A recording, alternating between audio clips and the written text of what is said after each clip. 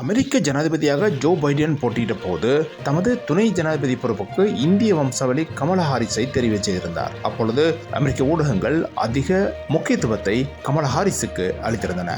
அதே போன்று தற்போது குடியரசுக் கட்சியின் செனட்டரான ஜெடி வான்ஸின் துணைவியாரான இந்திய வம்சாவளி பெண்ணுக்கு ஊடகங்கள் அதிக முக்கியத்துவத்தை வழங்கி வருகின்றன. குடியரசுக் கட்சியின் ஜனாதிபதி வேட்பாளரான டொனால்ட் ட்ரம்பினால் துணை ஜனாதிபதியாக செனட்டர் ஜெடி வான்ஸ் நியமிக்கப்பட்டிருக்கிறார். இந்த நிலையில் அவருடைய மனைவியான உஷா சிலுக்குரியே தற்போது அமெரிக்க ஊடகங்களால் அதிகம் பேசப்பட்டு வருகிறார். இதனை கமலா ஹாரிஸுக்கு கிடைத்த விளம்பரத்தை ஒத்த விளம்பரங்கள் என அமெரிக்க ஊடகங்கள் கூறுகின்றன.